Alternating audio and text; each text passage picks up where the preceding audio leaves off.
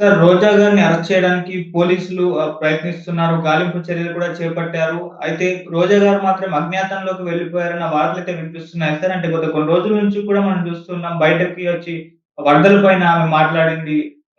లోకేష్ గారిని, చంద్రబాబు నాయుడు గారి పైన, ప్రభుత్వ వైఫల్యం పైన విమర్శలైతే చేసింది. దీని కారణంగానే ఆమెను అరెస్ట్ చేయడానికి ప్రయత్నిస్తున్నారంటున్నారు. మరి ఇప్పుడు నిజంగా రోజా గారు అజ్ఞాతంలోకి వెళ్ళిపోయారా? మరి అరెస్ట్‌కి సంబంధించి మీరేం చెప్తారు సార్?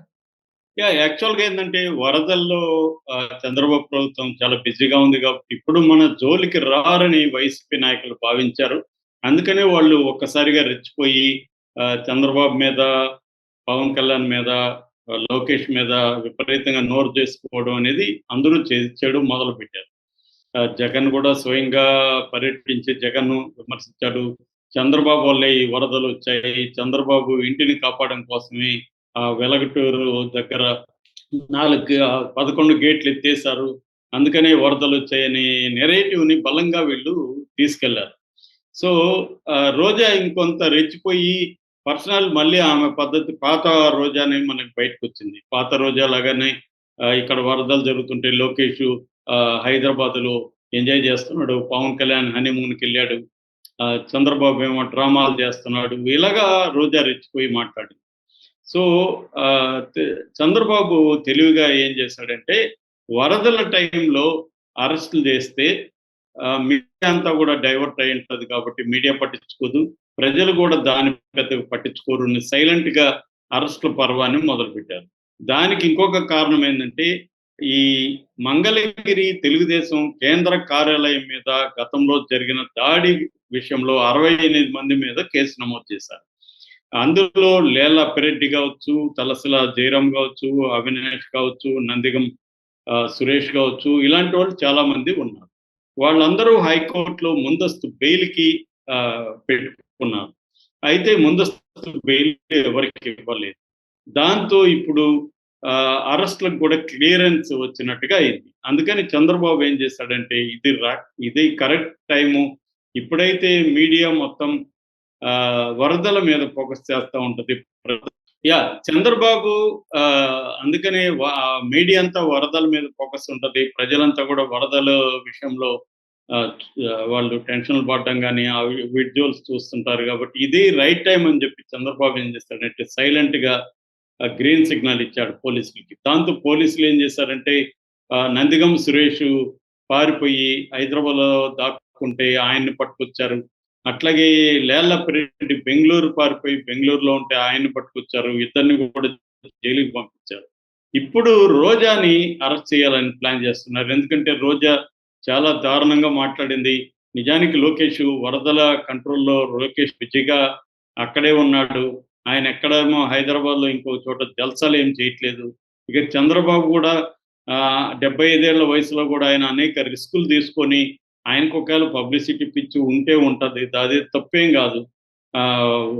ఎవడికి లేదు ఇవాళ మార్కెటింగ్ అనేది అందరికీ ఉంది. అది కాదు కదా కావాల్సింది. ఆయన ప్రజలకి ధైర్యం ఇస్తూ ప్రజల మధ్య వరదల్లో ఉంటున్నాడు, కనిపిస్తున్నాడు, పురమాయిస్తున్నాడు.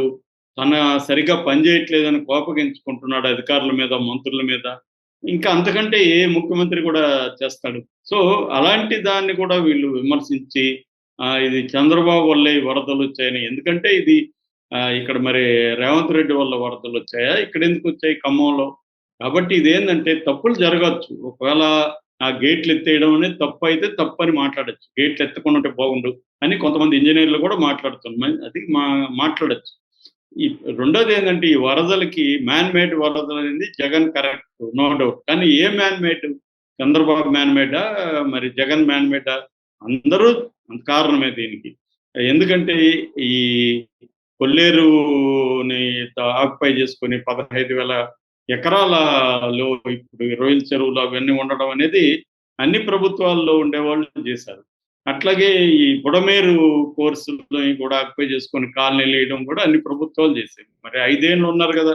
వీళ్ళెందుకు క్లియర్ చేయలేదు బుడమేరు ఆక్యుపేషన్‌ని వీళ్ళెందుకు ఇప్పుడు హైడ్రా లాగా వాళ్ళు కూడా అక్కడ వ్యవస్థ పెట్టి ఎందుకు క్లియర్ చేసి ఉండొచ్చు కదా! జగన్ ఎందుకు చేయలేదు ఆ పని? కాబట్టి ప్రతి ఒక్కడు ఇక్కడ బాధ్యత వహించాలి గానీ చంద్రబాబును ఫోకస్ చేసి బిలో ద బెల్ట్ విమర్శలనేవి రోజా చేయడం మొదలుపెట్టింది. దాంతో రోజాను కూడా అరెస్ట్ చేద్దాం అన్న ఆలోచనలో ఇప్పుడు ఉన్నారని తెలిసింది. ఈ విషయం లీక్ అయింది రోజాకి. ఎందుకంటే వాళ్ళకి సంబంధించి అధికారులు కూడా ఉంటారు కాబట్టి లీక్ అయ్యి రోజా అజ్ఞాతంలోకి వెళ్ళిందని చెప్తున్నారు. సో రోజాను కూడా వదిలిపెట్టే ప్రసక్తి అయితే లేదు. ఎందుకంటే చంద్రబాబు మీద విపరీతమైన ప్రెజర్ పార్టీల్లో నుంచి, సింపథైజర్‌లో నుంచి, మీడియా, తెలుగుదేశం మీడియా నుంచి ఉంది. రాధాకృష్ణ ఓపెన్‌గానే 2, 3 సార్లు ఎడిటోరియలే రాసాడు. జగన్ ఎందుకు చంద్రబాబు పట్టించుకోలేదు, జగన్‌ని తొక్కేయాల్సిన అవసరం, తక్షణ కర్తవ్యం చంద్రబాబుకుందని రాధాకృష్ణ ఓపెన్‌గానే తన ఇరిటేషన్‌ని, చంద్రబాబు మీద అసంతృప్తిని ఓపెన్‌గా ఎక్స్‌ప్రెస్ చేశాడు. తెలుగుదేశంలో ఎవరిని కలిసినా కూడా చంద్రబాబు మీద అసంతృప్తి ఉంది. ఎందుకు వీళ్ళు చంద్రబాబు ప్రభుత్వం జగన్ పట్ల ఇంత ఉదాసీన వైఖరి వహిస్తున్నారు. కానీ చంద్రబాబు ఏందంటే టైమింగ్ ఇంపార్టెంట్. ఎప్పుడు ఏ పని చేయాలో అప్పుడు చేయాలి అనేది చంద్రబాబుకున్న దురదృష్టి. అందుకని వరదల టైంని ఎంచుకొని చంద్రబాబు అరెస్ట్‌లు మొదలుపెట్టినట్టుంది. పైగా కోర్టులు కూడా ముందస్తు బెయిల్ ఇవ్వలేదు. మామూలుగా గతంలో అయితే ఇలాంటి సందర్భాల్లో తెలుగుదేశం వాళ్ళకి చాలా మందికి ముందస్తు బెయిల్ ఇచ్చింది. కానీ ఇక్కడైతే ఇవ్వలేదు వీళ్ళకి.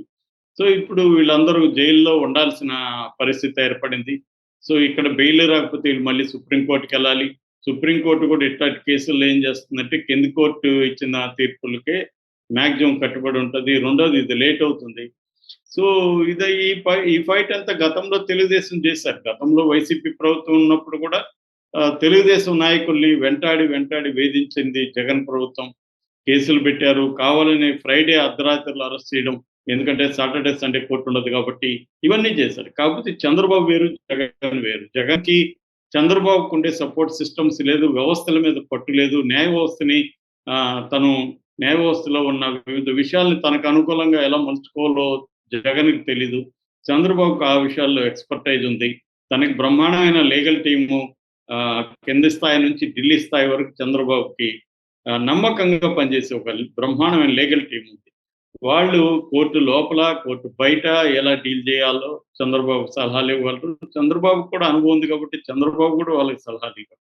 ఇటువంటి నెట్‌వర్క్ జగన్‌కి లేదు. కాబట్టి ఖచ్చితంగా చంద్రబాబుని జగన్ ఎంత వేధించాడో, చంద్రబాబు కావచ్చు, పార్టీ నాయకులు కావచ్చు, ఇప్పుడు చంద్రబాబు ప్రభుత్వం జగన్‌కి సంబంధించిన నాయకుల్ని అంతకంటే రెట్టింపు అయితే వేధిస్తారు.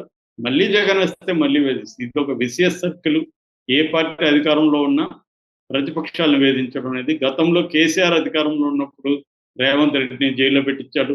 అనేక మంది ప్రతిపక్ష నాయకుల్ని జైల్లో పెట్టించారు. చివరికి తాను ఎంత ఇంపార్టెంటో తెలంగాణ రావడానికి అంతే ఇంపార్టెంట్ అయిన కోదండరామిరెడ్డిని నానా హింసలు పెట్టించారు. మందా కృష్ణమాదిని జైల్లో పెట్టించారు. చాలా మంది ప్రజాస్వామిక నాయకుల్ని కావచ్చు, కార్యకర్తల్ని కావచ్చు జైల్లో పెట్టించారు. జర్నలిస్టులు అనేక మందిని కేసీఆర్ ప్రభుత్వం జైల్లో పెట్టించారు. జమ్మూ కాశ్మీర్ తర్వాత జర్నలిస్టుల మీద దాడులలో తెలంగాణని సెకండ్ ప్లేస్‌లో ఉంది ఇండియాలో. అంటే ఈ స్థాయిలో ఇప్పుడు రేవంత్ రెడ్డి మళ్ళీ ఏమన్నా ఈయన డెమోక్రటిక్ ఉన్నాడా? ఈయన కూడా లేడు. నిన్న కూడా బీఆర్ఎస్ డిజిటల్ మీడియా ఇన్ఛార్జ్ ఆయన దిలీప్ కొనతల ఆయన తీసుకెళ్ళి జైల్లో పెట్టారు. సో ఏ ప్రభుత్వం వచ్చినా ప్రత్యర్థులను వేధించడం, తన దగ్గర ఉన్న ఇన్వెస్టిగేటివ్ ఏజెన్సీల ద్వారా వాళ్ళ మీద కేసులు పెట్టడం, ఇవన్నీ ప్రతి పార్టీ చేస్తుంది. మోడీ ఎలా చేస్తున్నాడో మనం అనేక వీడియోలో చెప్పుకున్నాం. అదే ఇప్పుడు జగన్ ఫేస్ చేయాలి. ఫేసింగ్ ద మ్యూజిక్ అంటారు. జగన్ కూడా ఈ మ్యూజిక్‌ని ఫేస్ చేయాలి. రోజా ఖచ్చితంగా అరెస్ట్ అవుతుంది. రోజా జైలుకెళ్ళడం అయితే 100% గ్యారంటీ. అది ఎప్పుడనేది మనకి 2, 3 రోజుల్లో తెలిసిపోతుంది. ఎక్కడ